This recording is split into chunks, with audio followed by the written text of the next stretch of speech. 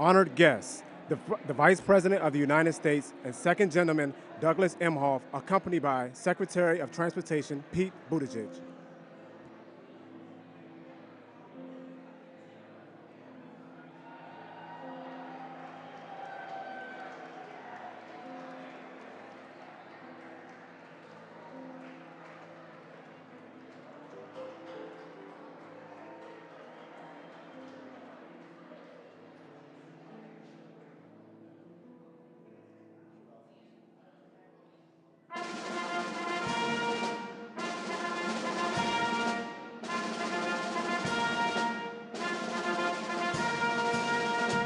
Honored guests, the President of the United States and Dr. Jill Biden, accompanied by Javier Gomez.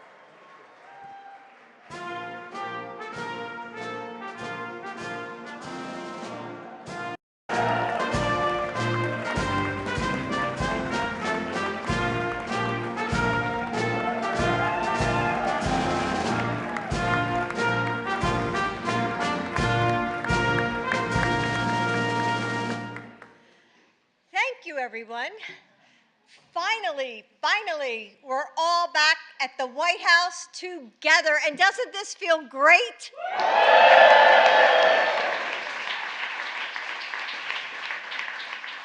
Kamala, Doug, Joe, and I are honored to welcome you to this year's White House Pride celebration. And truly, it's so wonderful to be with so many friends. You know, early in the campaign, Doug Chaston and I had the...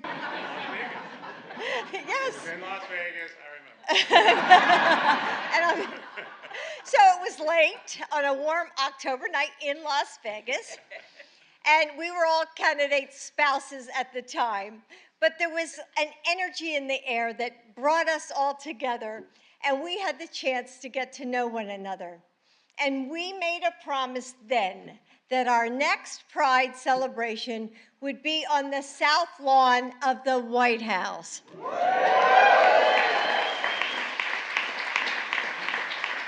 And now here we are once again, but it was just a little too hot and humid out there to be on the lawn. So every year that we gather here in our nation's capital is a reminder of just how far we've come, that we have LGBTQ leaders at some of the highest levels of government.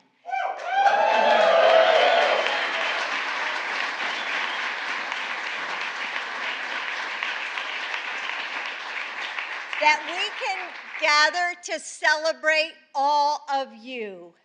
That your president and I are proud to stand with you and fight beside you. But we know that this progress hasn't reached everyone in the same way.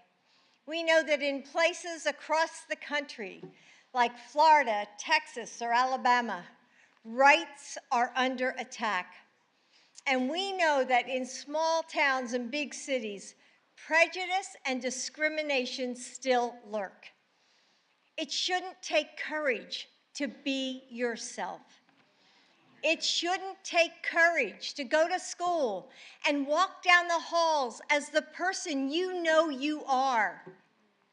It shouldn't take courage to hold the hand of the person you love on a bus, to kiss them goodbye on the sidewalk, to share one of the most fundamental and beautiful connections that any one of us can have in this life.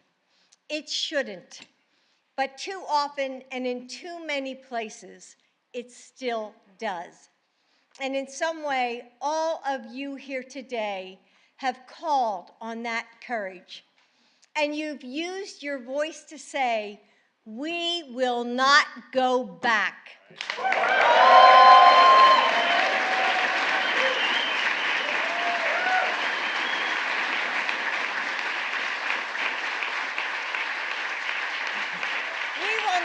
Let the progress that we fought for slip away. Pride is a celebration of the courage it takes to stand up for what's right, to become the leaders we need to live an authentic life. We recognize it as an act of bravery and beauty, of daring and defiance, And we look forward to a time when that courage is no longer needed, when all people in all places can feel the freedom and the joy that we feel here today. What Joe said 10 years ago was right. Love is love.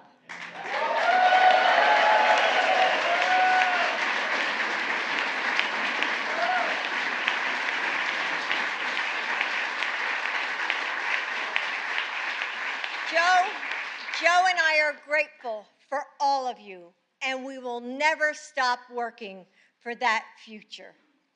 So now I'm so proud to introduce our next speaker. I'm always impressed when young people are brave enough to come to the White House and speak in front of so many leaders. But after organizing a walkout at his high school to protest the Don't Say Gay bill, leading a rally of his peers,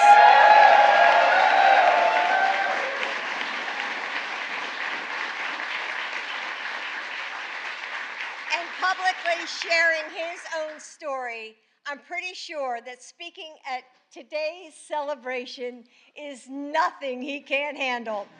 Please welcome Javier Gomez.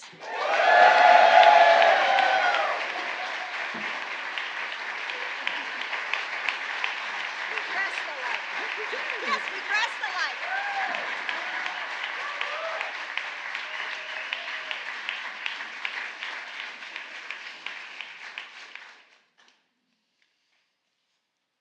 Thank you, Dr. Biden.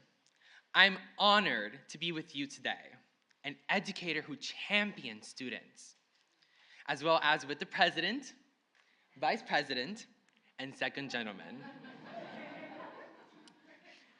My name is Javier Gomez. I use he, him pronouns, and I'm honored to be here with you all today. I'm an 18-year-old, proud, gay, Venezuelan American from Miami, Florida.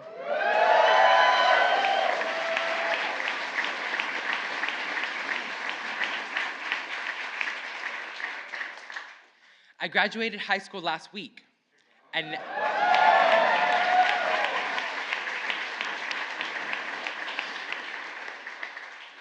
next fall, I will attend the Fashion Institute of Technology in New York City.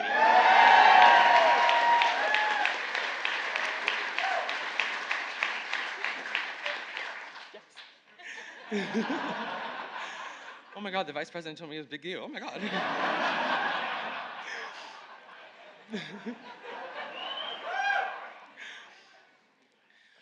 When I was 5 years old, I knew I was different. I knew I liked boys, but I didn't know the words for it. I was mocked and bullied for being too gay, too feminine, or too outgoing. Those words silenced me. But I had an escape from this. My openly gay 5th grade teacher.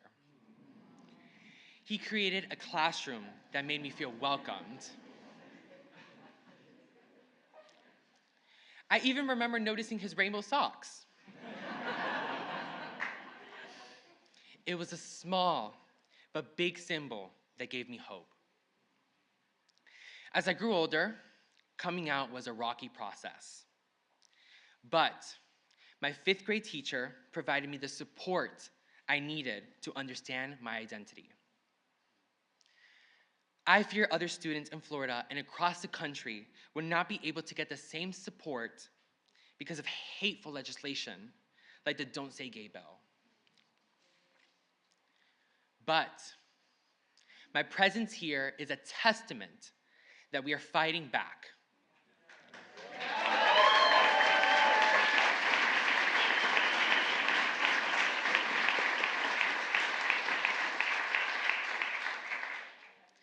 Because our lives are glorious, beautiful, and worthy. We deserve respect and love. And until we have that, we will fight, we will continue to fight for liberation. For months, I've been proud to work side by side with fellow students and allies in the community to fight back against this legislation that seeks to make schools in my state a more dangerous and hostile place to be LGBTQ+.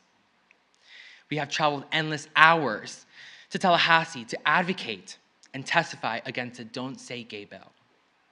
We organized school-wide walkouts and rallies. And we looked into the eyes of those pushing this cruel and dangerous legislation and said, it's okay to be gay.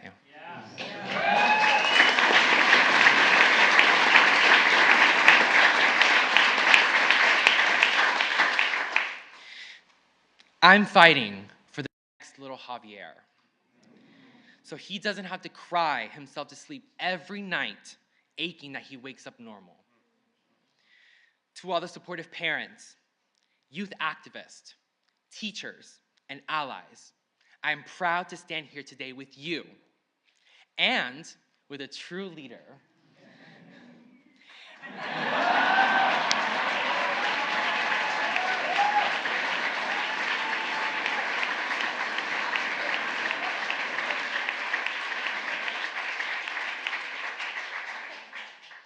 A leader who is not just speaking up for us, but standing up for us with action against these extreme attacks. While the governor of my state has turned his back on young LGBTQ+ people and our families, I'm proud to stand here today with a leader who does have our back.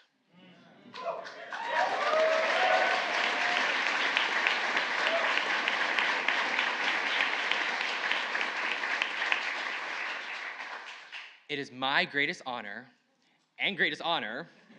to introduce the 46th President of the United States of America, President Joe Biden.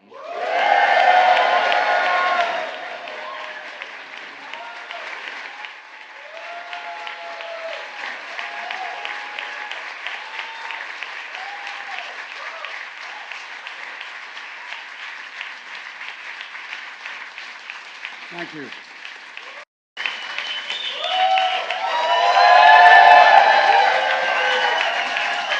Thank you.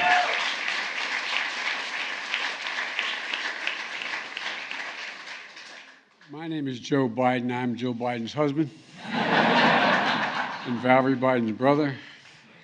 And let me start off by saying, Javier, when you're president and they say, Joe Biden's out in the waiting room, promise me you won't say Joe who. Okay. Thank you for that introduction, Javier, and for your incredible leadership and at such a young age down in Florida. You know, who knows, maybe, as I said, someday you'll be standing here. And Jill just mentioned, along with Kamala and Doug, it's great to see so many friends, and I mean that, friends here on Pride Month, here in the White House. Speaker Pelosi is here, God love her. Thank you, Madam.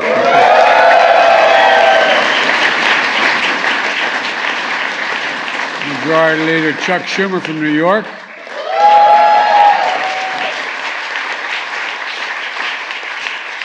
Senator Tammy Baldwin is here, too.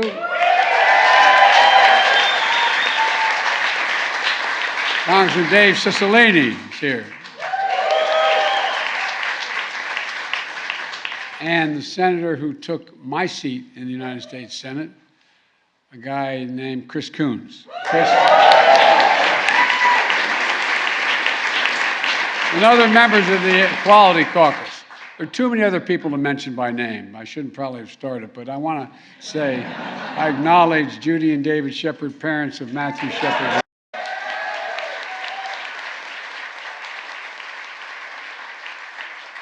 We spent some time together at a very difficult time, and at the time. And what you've done and what Matthew did and what all of it are, I mean, look what's happened. In no small part because of you. I mean that sincerely. It's good to see you both again. It really is.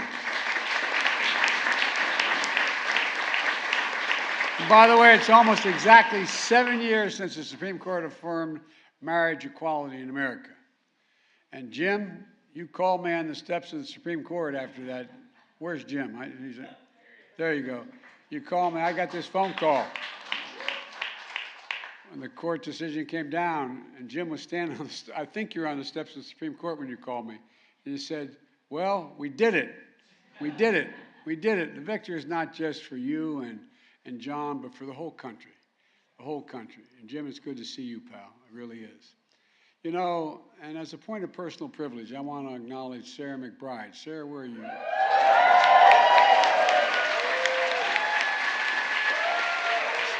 Sarah used to work for our deceased son, Bo, in the Attorney General's office in Delaware. She's the first transgender state senator in history. And when I served as vice president, Sarah was an intern in the White House as well. That's why I kept my office going. And as I said, she also worked for our beloved son, Bo, as the Attorney General, and they passed, anyway, they did a lot. They did a lot together. Sarah, you're wonderful to see you, kiddo. Look, last year we hosted this event, and the message is simple. Pride is back at the White House. It really is. And from day one, this has been the most pro-equality administration in history, led by guys like Pete Buttigieg.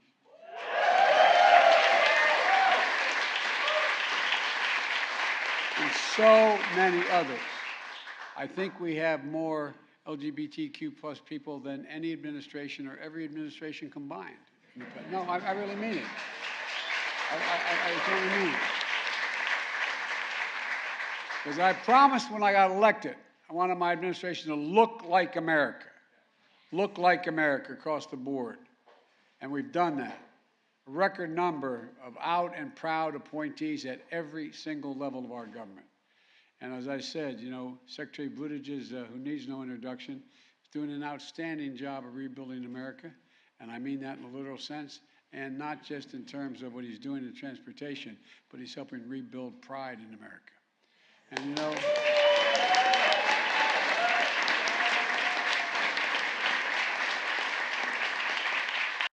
and my public spokesman, Karine Jean-Pierre, is making history at the table.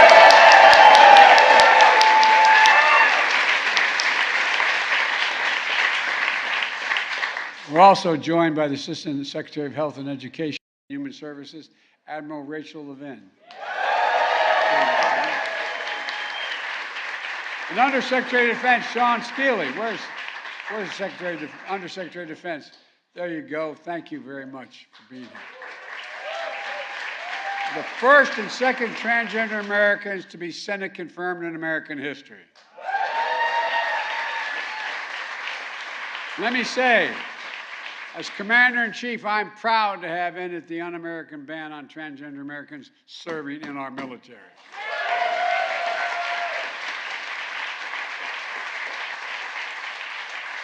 And just last week, the Department of Defense announced new policies allowing HIV-positive service members to finally be able to be deployed and commissioned.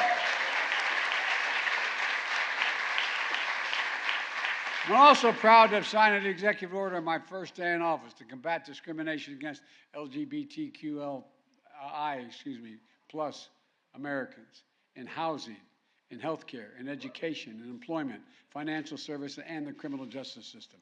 First thing I signed. And you know,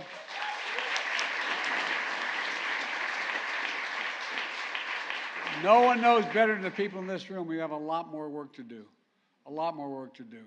I don't have to tell you about the ultra-MAGA agenda attacking families and our freedoms. 300 discriminatory bills introduced in states across this country. In Texas, knocking on front doors to harass and investigate parents who are raising transgender children. In Florida, going after Mickey Mouse, for God's sake. That's right close to home. No, but think about this. All of you in this room know better than anyone that these attacks are real and consequential for real families. For real families. Just look at what happened in Idaho last weekend. 31 white supremacists stopped just before they reached the Pride celebration, where they apparently planned to unleash violence on people gathering peacefully in a show of their pride. I'm grateful for the swift response of law enforcement, and they responded. They responded. Violent attacks on the community, including ongoing attacks on transgender women of color, make our nation less safe because the attacks are more than ever last year, and they're on pace again this year. They're disgusting, and they have to stop. Right now, there are young people sitting in their bedroom, doors closed, silent, scrolling through social media, staring at the ceiling, wondering if they'll ever be loved, ever marry, ever have a family and be accepted by their own family sometimes. Our son started an organization before he died to make sure that people understood what it meant, going all around the country, letting people know, trying to train families, the mothers and fathers, brothers and sisters of LGBTQ plus people, that they have to reach out, embrace, and love their blood, allow them to be themselves, or whether they should even be here on earth, as a lot of folks wonder. I found my friends, some of my gay friends, I've asked them, what was it like as a kid? I can't imagine what it's like. Locking yourself in that room and wondering, just staring at the ceiling, just wondering. And I would note parenthetically that we owe an awful lot to those early folks who had the courage to stand up.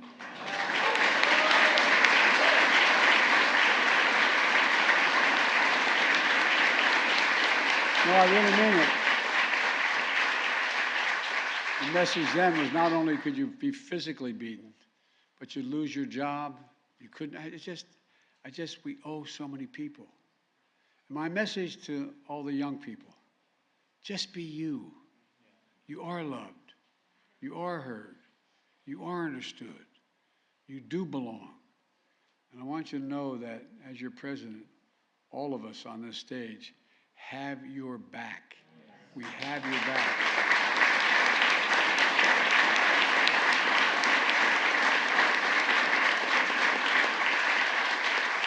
We see you for who you are, made in the image of God and deserving dignity, respect, and support.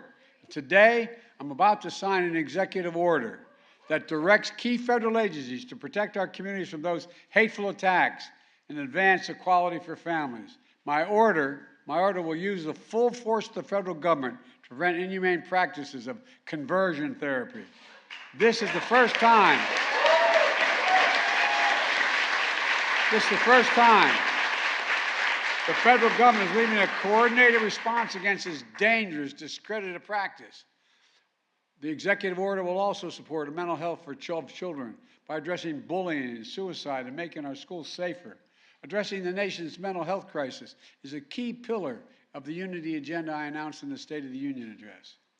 My executive order also will take on discrimination that children and parents face in foster care. I'm also going to support older adults so they can age with dignity. And also, there's a lot there that aren't. And we'll also do so much to protect and support our fellow Americans. But Congress has to pass an act as well, and that's the Equality Act.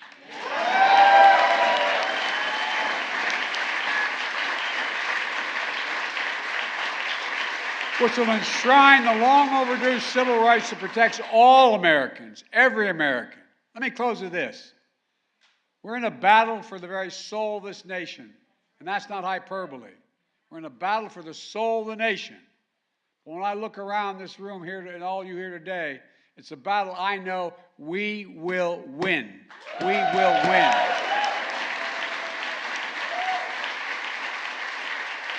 And we'll do so on the shoulders of so many people who are no longer with us, but who paved the way for us. People like Gloria Allen, known as Mama Gloria, who transitioned in 1950s and who passed away just 2 days ago. People like the legendary advocate, Mr. Vad.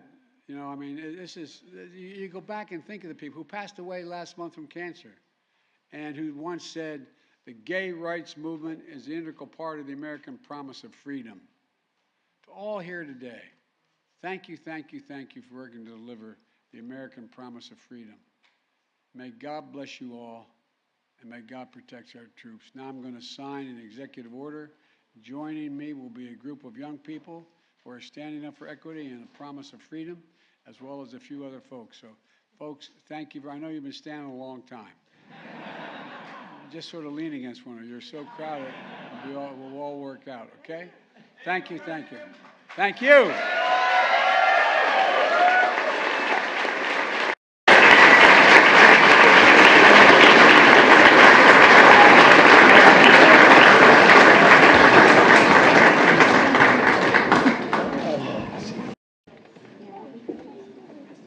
Advancing equality for liberation, for lesbian, gay, bisexual, transgender, queer, and intersex individuals. That's what I'm about to sign.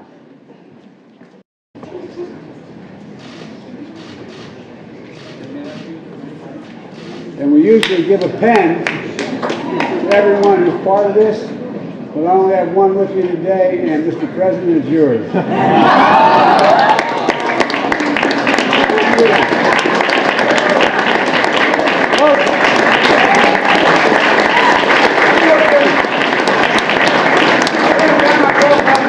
House up in Pennsylvania.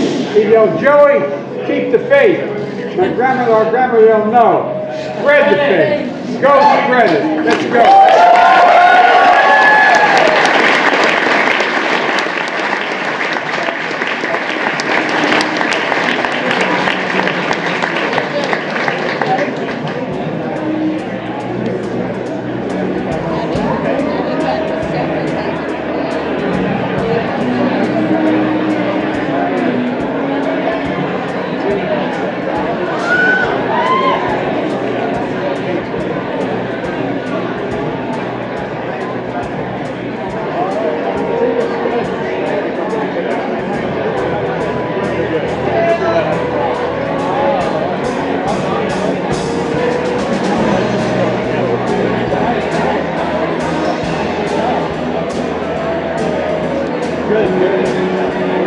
Good.